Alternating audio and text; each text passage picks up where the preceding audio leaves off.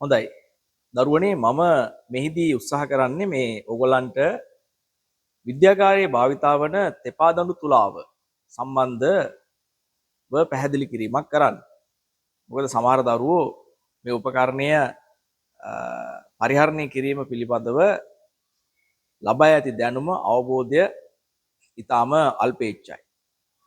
ඒ පරමාර්ථය මුල් කරගෙන මම ඒගොල්ලන්ට පොඩි සහයෝගයක් දැක්වීමට මේ උපකරණයේ ක්‍රියාකාරීත්වය පැහැදිලි කරන්න උත්සාහ කරනවා. ට්‍රිපල් බීම් බැලන්ස් තෙපා දඬු තුලාව. මේකේ අපිට සටහන් කරලා තියෙනවා ග්‍රෑම් 2610ක්.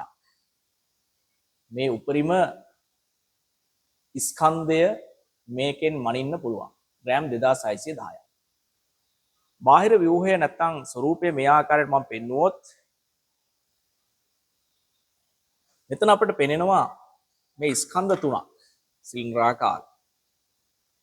මේක සටහන් කරලා තියෙනවා සත්‍ය අගය මේකේ සත්‍ය බර විදියට ඒගොල්ලෝ සටහන් කරන්නේ 147.5 ග්‍රෑම්ස් විදියට ඇක්චුවල්. නමුත් මෙතන ගූර්ණ මූලධර්මයේ භාවිතා කරගෙන ප්‍රතිඵල අපිට ලැබෙන බැවින් ඒකේ ග්‍රෑම් 500ක භාරයක් යෙදීමට හා සමාන කරලා තියෙනවා. ඒක තමයි මේ උඩ සටහන් කරලා තියෙන ග්‍රෑම් 500 147.5 ග්‍රෑම්ස් ඇක්චුවල් මේ කියන සටහන් කරලා තියෙන තොරතුරු වල තියෙන තේරුම. හොඳයි. ඉතින් ඒ වගේ අපිට දෙකක් තියෙනවා. මේ ආකාරයට දෙකක් තියෙනවා. ග්‍රෑම් 500 බලපෑම දෙන්න, භාරය දෙන්න, නැත්නම් ගූර්ණ ඵලය දෙන්න දෙකක් තියෙනවා. ඒ වගේම ග්‍රෑම් 1000ක නැත්නම් කිලෝග්‍රෑම් එකට ගූර්ණ බලය නැත්නම් බලපෑම දෙන්න අපිට තව එකක් තියෙනවා. ඒකේ සටහන් කරලා තියෙන්නේ අර පෙර පරිදි 1 කිලෝග්‍රෑම්. ඒකේ ඇක්චුවල් සත්‍යයේ විදියට ග්‍රෑම් 295 සටහන් කරලා තියෙනවා. හොඳයි. එහෙනම් මේ උපකරණේ මේවා තියෙන්නේ මොකටද කියන එක ඉදිරියට මම පැහැදිලි කරගෙන යනවා. උපකරණය දිහා නිරීක්ෂණය කිරීමේදී අපිට පේනවා මෙන්න මේ අතන තව්වක් සහ මෙතනත් ඒ ආකාරයෙන්ම තව්වක් තියෙනවා. ඒකෙදී තමයි අපි මේ ස්කන්ධ මේ තව්වෙන් මේ සිදුරට දාලා මේ විදිහට අපි එල්ලවීම සිදු කරනවා. එල්ලීම සිදු කරනවා. එතකොට අවශ්‍ය වෙන විට අපිට පුළුවන් එක ග්‍රෑම් 500 සටහන් කරපු බාර එල්ලන්න. ඊට වඩා වැඩි බරක් ස්කන්ධයක් වැනීමට අවශ්‍ය වෙන විට අනෙක් පැත්තේ අනෙක් එකත් එල්ලන්න. එතකොට දැන් මෙතන කිලෝග්‍රෑම් එකක බලපෑමක් දෙනවා. එයත් මදි නම් මැනීමට ස්කන්ධය ඇති ස්කන්ධ ඊට වඩා විශාල නම් අපිට පුළුවන් 500ත් එක්ක කිලෝග්‍රෑම් නැත්නම් කිලෝ එකට දීලා තියෙන ස්කන්ධය අපිට මේ ආකාරයට එල්ලන්න. හොඳයි. ඒ විදිහට අපේ ස්කන්ධ මේ තෙපා දඬු තුලාවේ දඬු මත එල්ලවීම නැත්නම් එල්ලීම අපිට සිදු කරන්න පුළුවන්.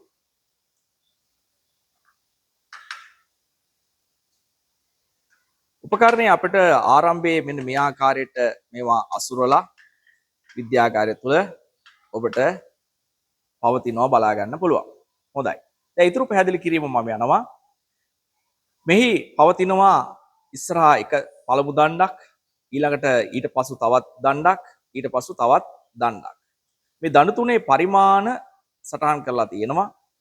ඒ නිසා අපි කියන්නේ බොහෝ විට මේක තෙපා දණ්ඩු තුලාව කියලා. එතකොට මේ දණ්ඩු තුන සම්බන්ධ කරපු ලීවරයේ ඉස්සරහට පවතිනවා මේ ආකාරයේ දර්ශකයක්. ඒ සටහන් වෙලා තියෙනවා ඒ දර්ශකයේ මේම සලකුණු කරපු රේඛාවක් තිබෙනවා. ඒ රේඛාවට අදාළ මිනුමක් ගැනීමේදී අපිට මේම ආවරණයට සම්බන්ධ දෘಢ කොටසේ තිරස් සලකුණ ලකුණු කරලා බිඳුව සටහන් කරලා තියෙනවා. මිනුමක් ගැනීමේදී අපි උත්සාහ කරනවා මේ බීම් එකේ මේ දර්ශක බිඳුව තියෙන රේඛාව කෙලින් බීම් එක තුලණය කරලා අපි අගේ කියවීම තමයි මේ උපකරණයේදී අපි සිදු කරනු ලබන්නේ. හොඳයි. කොට ස්කන්ධයේ තබන තැටිය අපිට මේ මත මැනීමට ඇති ස්කන්ධය තියන්න පුළුවන්. පළවෙනි බාහුව ගත්තාම බිඳුව 1 2 3 ආදී ලෙස ග්‍රෑම් 10ක් සටහන් කරලා තියෙනවා. ඊට අමතරව ග්‍රෑම් එකක් නැවත කොටස් 10කට බෙදලා තියෙනවා. ඒක එක කොටසක් වෙනවා ග්‍රෑම් 0.1ක මිනුමක්. අපිට මේ බාහුව දිගේ මේ ආකාරයට ගෙන යාමට චලනය කර හැකි විදියට ලෝහ කැබලි ආධාරක 3ක් තිබෙනවා. අපි යම්කිසි මිනුමක් ගැනීමේදී බාහුව නැත්නම් තෙපා දඬුව තුලනය කිරීම දර්ශකයේ කෙලින් සැකස් කිරීම අවස්ථාවේ මෙම ආධාරක නැත්නම් මේ බාහු මත චලනය වන මෙම කොටස් උපයෝගී කරගන්න. දෙවෙනි බාහුව තියෙන්නේ බිඳුව 100 200 300 400 500 ග්‍රෑම් විදියට සටහන් කරලා ඒ මත තියෙන ලෝහ කුට්ටිය මේ ආකාරයට අපිට බාහුව මත ගෙන යා හැකි මේ විදියට. එතකොට අපි මේ වගේ තැනකදී ග්‍රෑම් 300යි. අපි මෙහෙම දාපුවම මෙතන ග්‍රෑම් 400 ආදි ලෙස කියවිය හැකියි. පිටිපස්සාම තියෙන බාහුව ගත්තාම ඒකේ තියෙන්නේ බිඳුව 10 20 30 40 ආදි ලෙස ග්‍රෑම් 100ට සටහන් කරලා තියෙනවා. එතකොට අපි පරීක්ෂණයක් මිනුමක් ස්කන්ධ මිනුමක් ගැනීමට යාමේදී අපි මූලිකවම මේ බාහුව තුන මත තිබෙන මෙම කැබලි බිඳුව සලකුණ දක්වා ගෙන ආ යුතුයි. එම ගෙනවිත් අපි බලන්න ඕන මෙන්න මෙතනදී මේ තෙපා දඬු තුලාවේ බාහුවේ කෙළවර දර්ශකයේ සටහන් කරලා තියෙන මේ තිරස් රේඛාව මේ බිඳුව සලකුණු කරලා තියෙන ආවරණයේ තිරස් රේඛාව කෙලින් තිබෙනවද? හරි කෙලින් පවතිනවද? නැහැ. දැන් මේ අවස්ථාවේ නැහැ. මෙතනදී අපි දකින්නේ මේක ඉහළට ගිහිල්ලා. එහෙනම් අපි මෙන්න මෙවැනි අවස්ථාවකදී මේක තැටියට යටි අපිට පවතිනවා මෙන්න මේ ව්‍යුහය තුල බලද්දී මම ඈත් කරලා පෙන්නන්න. මෙන්න මේ ස්ක්‍රූ ඇනේ. මෙන්න මේක. මේ නට් එක. මේ නට් එක අපි කරකවමින් අපි උත්සාහ කරන්න ඕන අර කෙළවර පවතින දර්ශකය මේ තිරස් ශූන්‍ය ලකුණ සලකුණු කරපු රේඛාව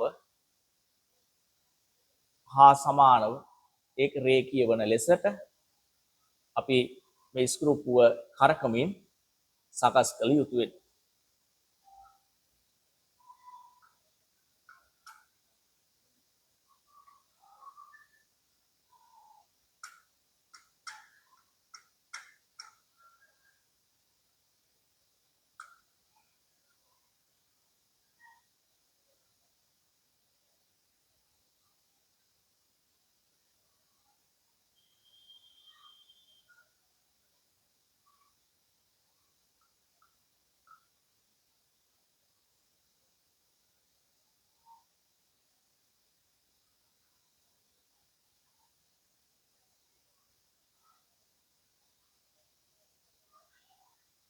හොඳයි.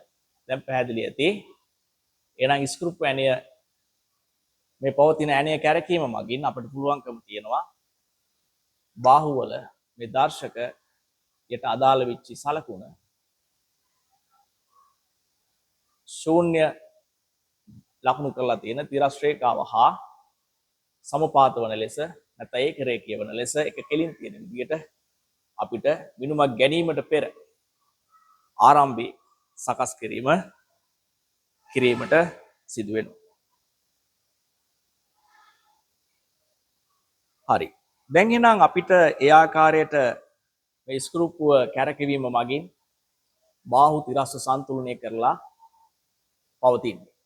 එහෙනම් දැන් ආරම්භයේ අපි බාහු මත තියෙන මෙම ලෝහ කැබලි බිඳුව සලකුණට සකස් කරලා තියෙනවා. දැන් යම් වස්තුවක ස්කන්ධය මැනීමේදී තැටිය මතින් වස්තුව තියලා මේ ආකාරයට අපි නැවත මේ දර්ශකය බිඳුව රේඛාව හා සමපාත වන ලෙස මෙන්න මේ බාහුව මත තිබෙන කැබලි එහා මෙහා කරනවා.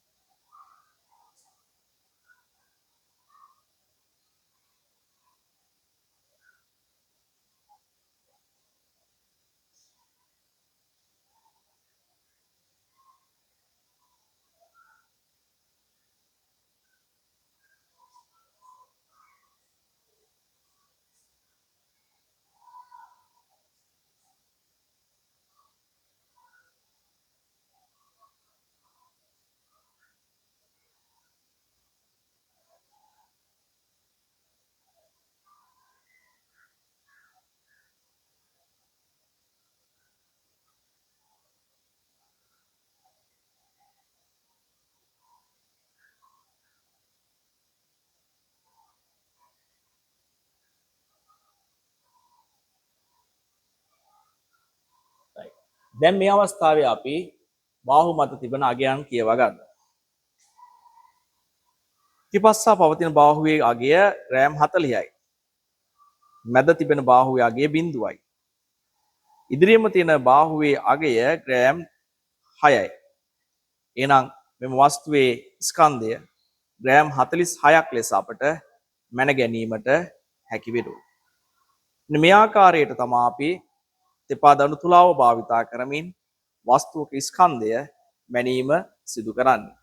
සහ එය සීරු මාරු කිරීම සිදු කරන්නේ. මේ වීඩියෝ තුලින් මම බලාපොරොත්තු වූයේ දරුවන්ට මේ පරිහරණය කිරීම සම්බන්ධ පැහැදිලි කිරීමක් ගෙන හැරීමටයි. ඒ වගේම මෙමගින් මැනීමට හැකි කුඩාම ස්කන්ධය වෙන්නේ ග්‍රෑම් 0.1. 0.1 ග්‍රෑම් මැනීමට හැකි වෙනවා මේ පරිමාණය තුලින්. ඒ නිසා මෙම උපකරණයේ මිනුම් පරාසය වෙන්නේ 0.1 ග්‍රෑම් අගයේ සිට ග්‍රෑම් 2610 අගය දක්වා. අපි බලමු කොහොමද 2610 අගයේ මේ ස්කේල් එකට නැත්නම් මේ පරිමාණයට එකතු වෙන්නේ කියලා.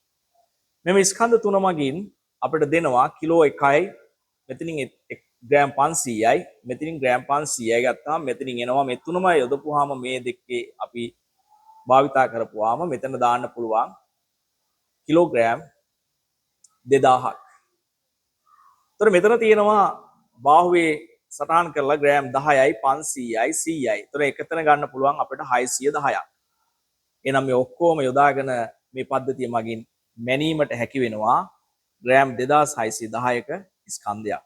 ඒක තමයි මේ වගින් අපිට මැනිය හැකි උපරිම ස්කන්ධය වෙන්නේ අවම ස්කන්ධයේ විදිහට ස්කේල් පරිමාණයේ පවතින කුඩාම වටිනාකම කුඩා මිනුම භාවිතා කළ හැකි 0.1 ග්‍රෑම්.